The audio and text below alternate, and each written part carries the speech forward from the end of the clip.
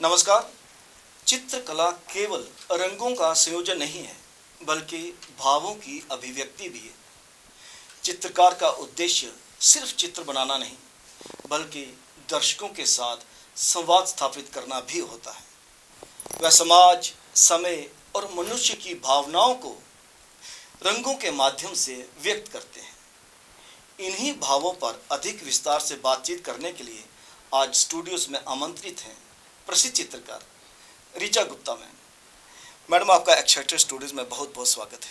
Thank you so much Rajeshwar ji, I feel so blessed and honoured. मैं चाहूँगा कि पहले आप दर्शकों के साथ अपनी यह यात्रा शुरुआत कैसे हुई, आपको किसने प्रेरित किया रंगों की इस दुनिया में कदम रखने के लिए? क्या घर में कोई ऑलरेडी कलाकार था, या फिर ऐसा होता है कि बचपन में हम सभी को रंगों के प्रति आकर्षण रहता है, वही आधार बनता है एज पेंटर? जी जी बिल्कुल। और सबसे पहले तो मैं कहूँगी कि जो एक चित्रकार होते हैं या कोई भी क्रिएटिव पर्सन है, वो कुछ इनबॉर्न ही उनमें वो चीज़ होती है। इनबॉर्न टैलेंट रहना चाहिए। Yes, inborn. आप पॉलिश कर सकते हैं, टेक्निक सीख सकते बिल्कुल हैं, बिल्कुल। लेकिन स्पार्क होना चाहिए। स्पार्क वो शायद बाय बर्थ ही कुछ डिफरेंट पैदा होते हैं कि उनको संसार में कुछ डिफरेंट करना है। बट वो धीरे धीरे जब मैं मुझे लगता था कि बचपन से ही मेरे अंदर ऐसा कुछ था कि मैं हर चीज़ को डिफरेंट नज़रिए से देखती थी। पर धीरे धीरे जब मैं बड़ी हुई तो मैंने अपनी माँ को देखा। Actually she was very creative. वो हर चीज़ में उन्होंने घर में वो हर चीज़ को वो बहुत क्रिएटिव ढंग से रखते थे। इकबाना सेटिंग्स, हाँ जी बिल्कुल। हाँ, खाने को भी प्रेजेंट करना है तो एक बहुत ही आर्टिस्टिक वे में। अगर उन्होंने हमारे कपड़ा कुछ सीना है तो वो भी बहुत आर्टिस्टिक। हमारा गार्डन जो होता था वो भी बहुत फ्लावर से भरा होता था। एंड वो उस समय यहाँ पे फ्लावर शो में पार्टिसिपेट करते थे। तो उन्हें देखते देखते मैं जब बड़ी हुई तो शायद मैं उनसे इंस्पायर हुई। लेकिन ये स्पार्क, ये कुछ आई एम ब्लेस्ड दैट ये मुझ में ऑलरेडी था। और फिर धीरे धीरे मैंने अपने कला को अनुभव किया। जब जैसे ही मैंने ग्रो किया कि मुझे दुनिया से कुछ हट के करना है। जैसे कहते हैं ना, मैं कुछ करने के लिए एक अंदर से लालियत इंसान को अंदर से वो इंस्पिरेशन रहती है कि मैं कुछ करूं, अलग से करूं। जैसे कहते हैं ना, खुद से जीतने की जिद है मेरी, मुझे खुद को ही पाना है। मैं भीड़ नहीं हूँ दुनिया की, मेरे अंदर एक ज़माना है। और ये चीज़ मेरे अंदर ना हमेशा से, इसको मैंने मैं बार बार इन लाइंस को याद रखती थी जब मैं बहुत देर जब मैं ग्रो कर रही थी। और इनके साथ मैंने अपने आप को एक अलग ही ढंग से, जैसे मैंने अपने आप को रिप्रेजेंट करना और मुझे शुरू से ऐसे होता था कि मैं कुछ अपने आप डिफरेंट दिखूं, डिफरेंट करूं। सो मैं, हाँ राइट, उसी को मैंने फिर आगे मैंने पेंटिंग के माध्यम को चुना, जिसको मैंने आगे उस ढंग बढ़ाया। देन आपने विधिवत तौर पर, ये तो है ना बचपन के आपके शौक कि आपको अलग से दिखना था, अलग से प्रेजेंट करना था, कुछ डिफरेंट, तो आपको विधिवत तौर पर पेंटिंग सीखने के लिए भी प्रेरणा मिली होगी? क्या घर से ऐसा सपोर्ट था, या फिर क्योंकि उन दिनों में ज़्यादातर पेरेंट्स कहा करते थे कि एकेडमिक पे ध्यान ज़्यादा दीजिए, जो कि आपका फ्यूचर बनाते हैं? नहीं तो बिल्कुल, कलाकार के रूप में आगे आना भी एक चैलेंज था। बिल्कुल ठीक बात है। उस समय एक्चुअली फाइन आर्ट्स या पेंटिंग को लोग एक हॉबी के तौर पे तो लेते थे, एक प्रोफेशन के तौर पे नहीं एक्सेप्ट करते थे।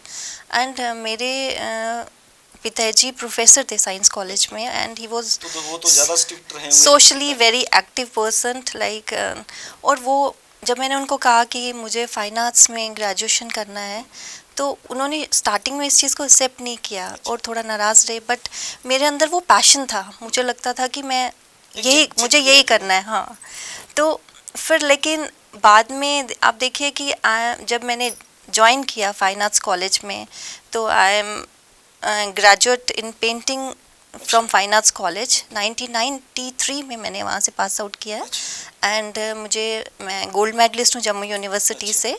एंड मुझे फिर देन कल्चर, जब मैं उसी दौरान कॉलेज के दौरान मुझे कल्चर एकेडमी से स्टेट अवार्ड भी, उनका एक, हाँ, JNK एकेडमी ऑफ कल्चर का एकेडमी, एक वहाँ एनुअल एग्जीबिशन होता था, तो मुझे फाइनल ईयर में वो अवार्ड के लिए मेरी पेंटिंग सेलेक्ट हुई। उस समय अवार्ड अमाउंट 5000 होता था, बट वो एक स्टूडेंट के लिए बहुत ही इनकरेजिंग था। पैसा तो है, लेकिन उसके हाँ, साथ जो पहचान है हाँ, वो ज़्यादा मायने रखता है, बिल्कुल। एंड स्टूडेंट, जब 1990 में भी मुझे स्टूडेंट कैटेगरी में मेरी पेंटिंग सेलेक्ट हुई थी JNK कल्चर एकेडमी की तरफ से।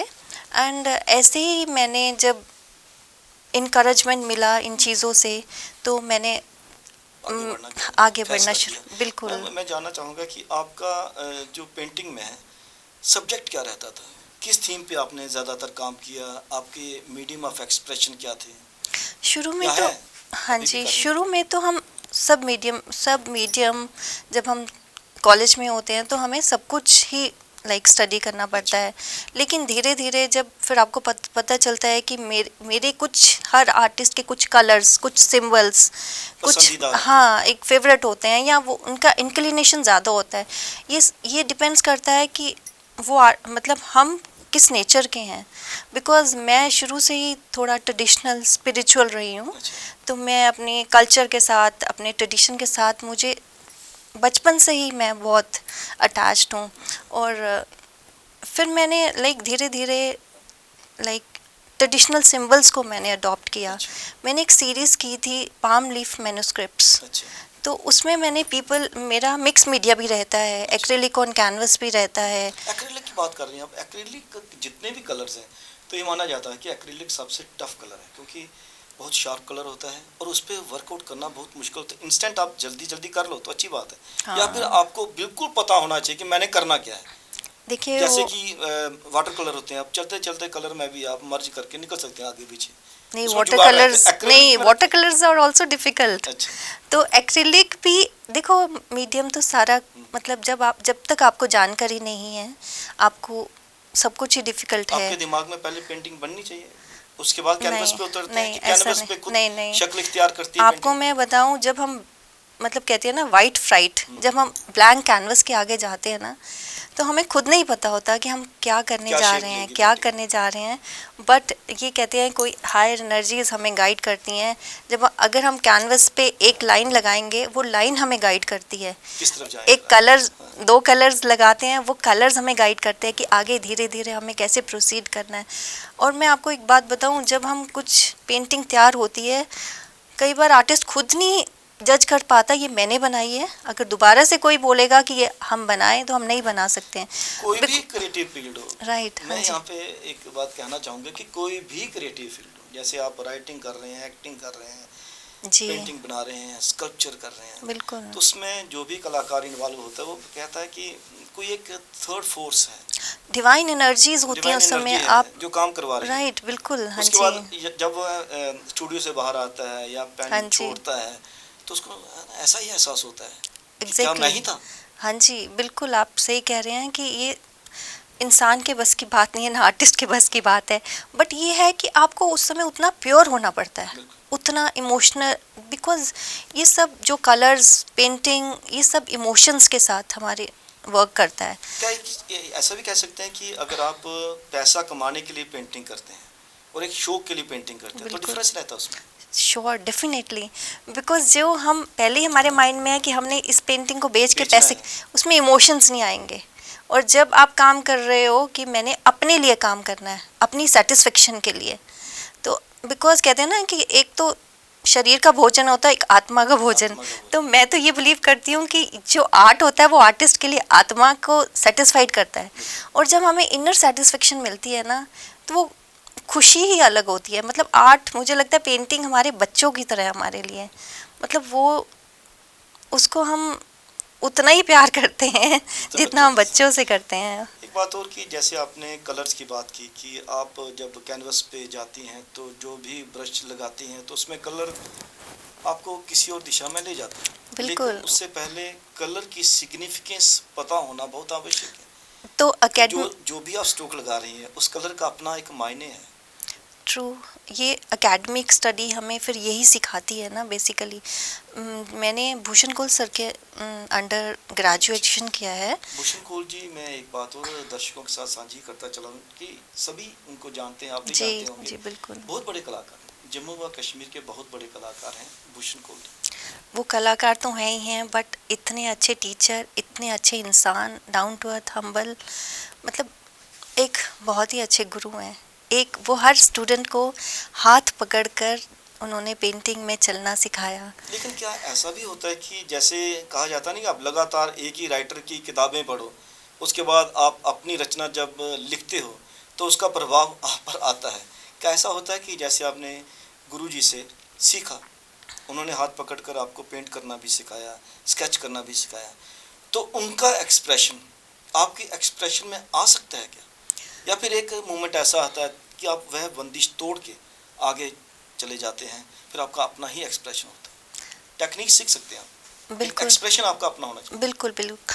हाँ, आप ठीक कह रहे हैं। कई बार आ जाता है कुछ थोड़ा सा, मतलब झलक आ जाती है कि हमने उस गुरु से सीखा हुआ है। लेकिन क्या होता है कि मतलब इसी चीज़ का तो हमें ध्यान रखना है ना कि हमें अपनी पहचान बनानी है। वह झलक नजर नहीं आनी चाहिए। हाँ, मतलब वो कुछ जब हमने सीखा है कुछ तो आएगा ही, बट लेकिन धीरे धीरे जब हम ग्रो करते हैं ना, इनिशियली एज ए स्टूडेंट जब हम होते हैं तो वो चीज़ आती है, बट धीरे धीरे हम जब ग्रो करते हैं तो हम अपनी हम अपनी नेचर के हिसाब से अपने उस हम ग्रो करते, हम अपनी पेंटिंग की atmosphere ग्रोथ आपको, करते वह भी हैं, हाँ, आपको तब वो झलक चली जाती है। और ये सबसे ज़्यादा डिपेंड करता है कि आप अपनी पेंटिंग के लिए कितने सिंसियर हैं, कितने ऑनेस्ट हैं, आप कितनी ऑनेस्टी के साथ करते हैं। तो बहुत सारे आर्टिस्ट ऐसे भी हैं आजकल की जो मतलब यहाँ से देख के यहाँ से लेके कर लेते हैं, क्या लेकिन कॉपी उसमें करना आसान है? बेसिकली कॉपी करना तो आसान है, बिल्कुल लेकिन क्या कॉपी करने वाला आर्टिस्ट आर्टिस्ट है? नहीं, आई डोंट थिंक वो आर्टिस्ट है। वो तो लाइक कॉपी आप कर सकते हैं स्टूडेंट लाइफ में, जब आप स्टडी कर रहे होते हैं। हाँ, है वो ना? कॉपी नहीं होता है। हाँ राइट, वो हमें लाइव स्टडी कराई जाती है, मॉडल्स की कराई मैं कहता हूँ जाती है जैसे या कॉपी मोनालिसा वर्क। पे, मोनालिसा बहुत हाँ मशहूर जी पेंटिंग बिल्कुल। है, लेकिन मोनालिसा की बहुत कॉपी हुई। लेकिन आप सोचिए कि जो उन्होंने बनाई है, लियोनार्डो दा विंसी ने मोनालिसा, क्या इतने बड़े मास्टर को कोई कॉपी कर सकता है? वो तो एक जस्ट मतलब लाइक कि एक बेचने के लिए, जैसे हम कहते हैं कि बुद्धा इतना लोग बनाते हैं लोग, कि बिकॉज आजकल क्या चल रहा है आर्ट फील्ड में, आर्टिस्ट वही बनाते हैं जो बिकता है। उन्हें पता है मार्केट में बुद्धा की बहुत डिमांड है, they will make Buddha only. But मतलब हम लोग जो आर्टिस्ट हैं ना, हमें अगर कोई बोलेगा कि आपका काम मैं इतने का ले लूँगा, आप मेरे अकॉर्डिंगली काम कीजिए, तो फिर आप अपना हम लोग reflect नहीं कर हम पाएंगे। नहीं कर सकते। और हमें, क्योंकि हम कहेंगे हमें पैसा नहीं चाहिए, हमें एक अपनी इनर सेटिस्फेक्शन चाहिए कि जिस काम से अगर हम उन्हें कोई पेंटिंग बनाई है, हमें सेटिस्फेक्शन ही नहीं है अपने आप से, और हम जस्टिस ही नहीं कर पा रहे उसके साथ, तो मतलब fun नहीं है। आर्टिस्ट उसके बिना सर्वाइव ही नहीं कर सकता। वो फिर आर्टिस्ट नहीं होगा, वो तो एक बिजनेसमैन बन गया। मैडम एक चीज़ और कि जैसे जम्मू में प्लेटफॉर्म की बहुत कमी है। हाँ जी आप विशेषकर जो लोग इसमें फाइनेंशियल सिक्योरिटी भी ढूंढते हैं, एग्जैक्टली उनके लिए मंच नहीं है, जी सेल नहीं होती, बिल्कुल। प्राइवेट कलेक्शन के नाम पे बहुत कम है। प्राइवेट कलेक्शन वही है, अगर आप किसी को गिफ्ट करते हैं तो वो अपने ड्राइंग रूम में लगा देगा, लेकिन उसके बाद कुछ वर्षों के बाद, कुछ समय के बाद वो भी वहाँ से उठा देता है, कोई और वहाँ पे टंगी होती है, जी क्योंकि आर्टिस्ट के लिए बहुत दुखदाई होता है। प्राइवेट कलेक्शंस की कमी के चलते, एग्जीबिशंस की कमी के चलते अपने आर्ट को कहाँ प्रदर्शित किया जाए जो फाइनेंशियली इतने सिक्योर नहीं है? Good. क्योंकि अगर आपने बाहर प्रेजेंट करना है, एग्जीबिशन में पार्टिसिपेशन करनी है, तो उसके लिए भी बहुत सारा खर्चा होता है। एग्जैक्टली अभी आप मानिए कि हमारे JNK में बहुत टैलेंट है और हमारे जो बच्चे हैं टैलेंटेड हैं, लेकिन प्लेटफॉर्म नहीं होने की वजह से वो सर्वाइव ही नहीं करते हैं। एक्सपोजर की भी कमी है। एक्सपोजर की तो बात बिल्कुल साझी बिल्कुल करता चलूँ कि राजा रवि वर्मा जी बहुत बड़े पेंटर हैं, ऑल ओवर वर्ल्ड उनको माना जाता है, लेकिन आपको मैं एक बात बताऊं, राकेश आनंद जो कि क्लासिकल बांसुरी बजाते हैं, उनके पापा देवीदास जी इतने बड़े पेंटर थे कि अगर उनको एक्सपोजर मिलता तो उस लेवल के पेंटर थे। मैंने मंदिरों में उनके बड़े बड़े बनाए हुए पेंटिंग्स देखी हैं। एक्सपोजर की बहुत कमी। लेकिन उन्होंने पेड आर्टिस्ट थे ना, वो सिर्फ पैसे के लिए करते थे, फिर वही तो डिफरेंस आ जाता है ना इसमें।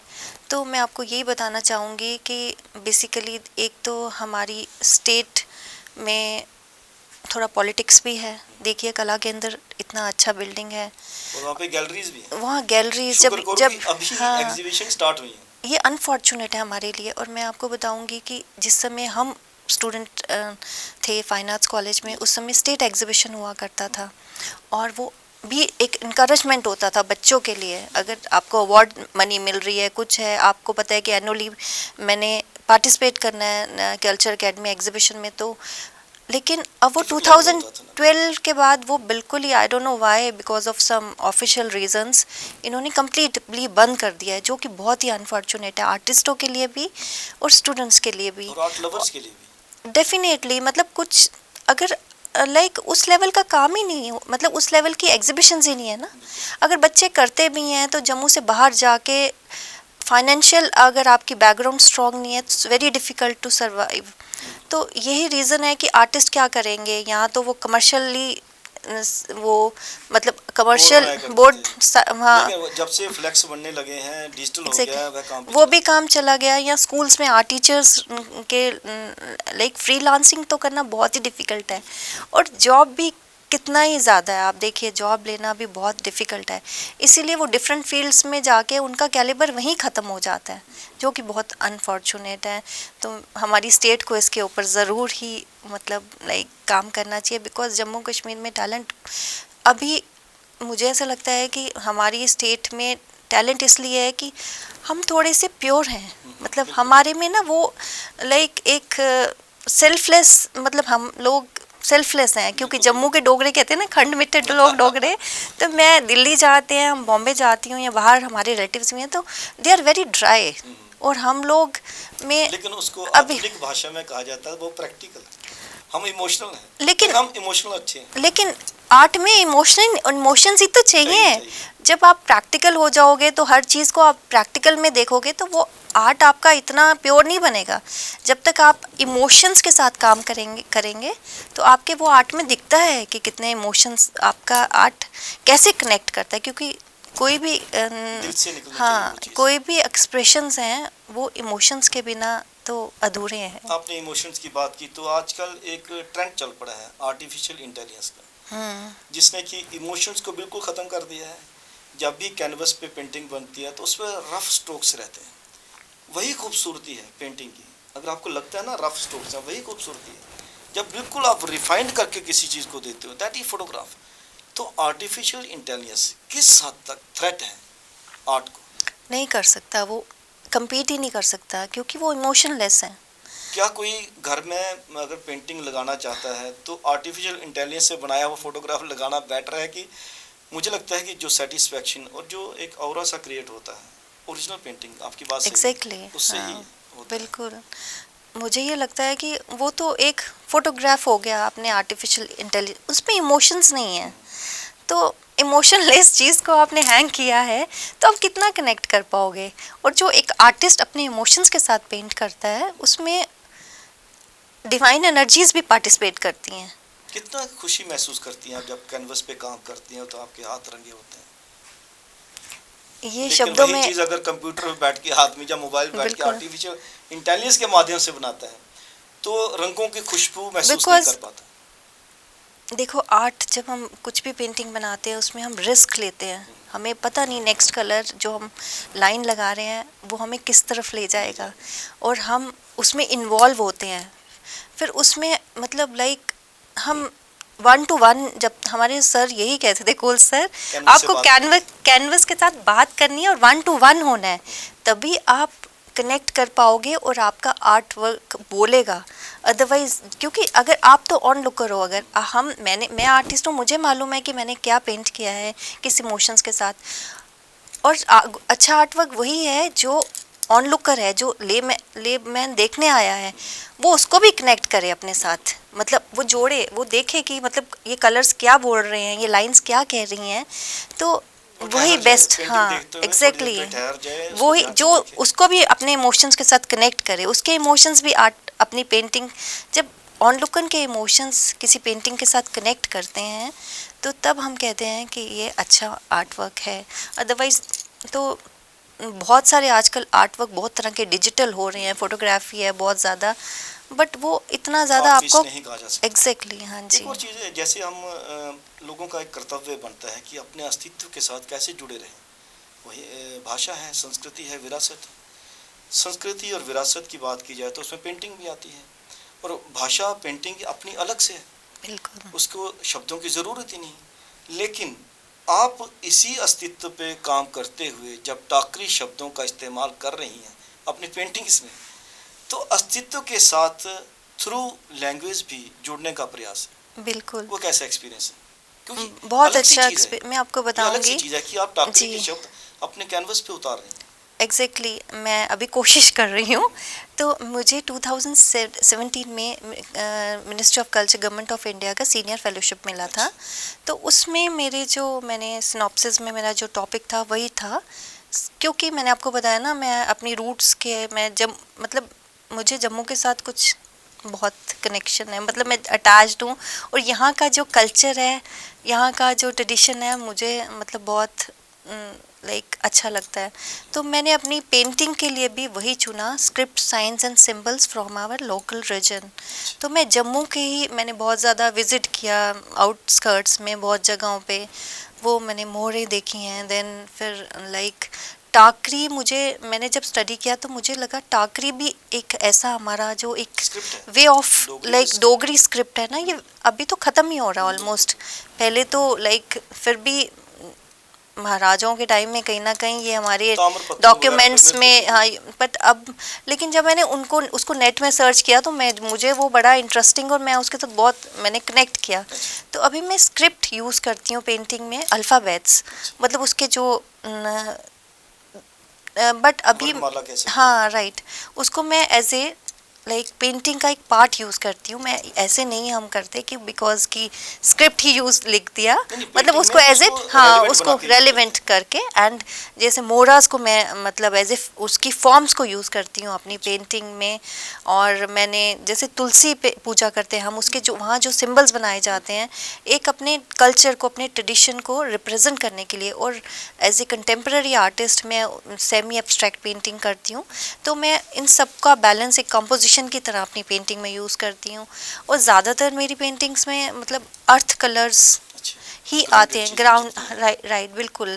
वाइट का बैकग्राउंड होता है ज़्यादा, बिकॉज मुझे लगता है वाइट एक प्योरिटी का कलर है, मतलब हाँ येलो इज स्पिरिचुअल, वो भी मुझे मतलब बड़ा अट्रैक्ट करता है। येलो कलर भी मेरा फेवरेट है। तो कुछ कलर्स आर्टिस्ट की पेंटिंग में हमेशा आते हैं, कुछ सिंबल्स कुछ एलिमेंट्स ज़रूर आते हैं, और उसी से आपकी पहचान भी होती है कि ये काम किस आर्टिस्ट का है।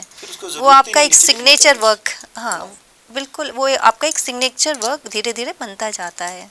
क्योंकि 100 भी अगर पेंटिंग लगी होगी तो जिस चित्रकार ने वो बनाई होगी वो नाम लिखेंगे, हाँ तो जी पता चलता है कि किसका वर्क है। बिल्कुल वो भी है। और आपको मुझे लगता है कि आपकी पेंटिंग में रिफ्लेक्ट करना चाहिए कि व्हाट यू आर, मतलब आप कैसे सोचते हो, आप कौन हो, आप कहाँ से आए हो, और आपका वजूद क्या है, अस्तित्व क्या है, वो आपकी पेंटिंग में रिफ्लेक्ट होना चाहिए, कि आपकी पर्सनालिटी रिफ्लेक्ट होनी चाहिए। It's very important. तभी मतलब आप अपने आर्ट वर्क के साथ ऑनेस्ट रहेंगे और एक जेन्युइन आर्ट वर्क प्रोड्यूस कर पाएंगे। उम्मीद करेंगे मैम जो अपने बड़े वाइटल पॉइंट उठाए कि जब भी आप कोई भी आर्ट का काम करते हैं तो पेंटिंग ही अगर ले लें तो उसमें कैनवस पे आपकी सोच भी उतरनी चाहिए। डेफिनेटली बहुत इम्पोर्टेंट है, मतलब ये तो बहुत ही इम्पोर्टेंट है, बिकॉज हम जैसे होते हैं वैसा ही हमारा आर्ट वर्क होता है। तो ऐसा तो है ही नहीं है कि मतलब आई एम जैसे कि आपकी नेचर अलग है और आपका आर्ट वर्क कुछ और रिफ्लेक्ट करता है, दिस मीन्स हम तो फिर डुप्लीकेट हो गए। तो फिर नहीं चलेगा यहाँ पे। नहीं, फिर ओरिजिनलिटी क्या हुई, मतलब ओरिजिनलिटी जो मतलब आपको सरेंडर कर देना है और आपको इनोसेंस के साथ पेंट करना है। तब आपको सोचना ही नहीं ज़्यादा कि कहाँ से शुरू किया, कहाँ से आर्ट वर्क कैसे ख़त्म होता है और वो कैसे किस फ्लो के साथ बनता है, आपको खुद ही नहीं पता चलेगा कि कब पेंटिंग और वो जो इन्जॉयमेंट है ना, वो जो मतलब डिफरेंट लेवल है तो। हाँ, वो जो आप कनेक्ट करते हो ना डिवाइन एनर्जीज के साथ, कलर्स के साथ, लाइंस के साथ, वो आपको अलग ही दुनिया में ले जाता है। उम्मीद करेंगे कि जो भी ये कार्यक्रम देखेंगे, इंटरव्यू देखेंगे, वह उस स्तर तक पहुंचेंगे अपने एक्सप्रेशन के माध्यम से। जब कैनवस पे बैठेंगे तो कुछ बनाएंगे, या फिर आर्ट लवर के तौर पे जब कैनवस को देखेंगे। आप एक्साइटेड स्टूडियोज़ में आपका बहुत बहुत धन्यवाद। Thank you so much. अस्तित्व के इस अंक में आपने बातचीत सुनी प्रसिद्ध चित्रकार ऋचा गुप्ता जी से। उन्होंने कहा कि अगर आप वाकई दिल से कुछ काम करना चाहते हैं तो आपके कैनवस पे आपकी सोच भी उतरनी चाहिए। वहाँ पे आप ये नहीं कह सकते कि आप कुछ और हैं और कैनवस कुछ और ही बयान कर रहा है। कैमरा पर्सन करण सिंह के साथ राजेश्वर सिंह राजू को अब दीजिए इजाज़त। नमस्कार।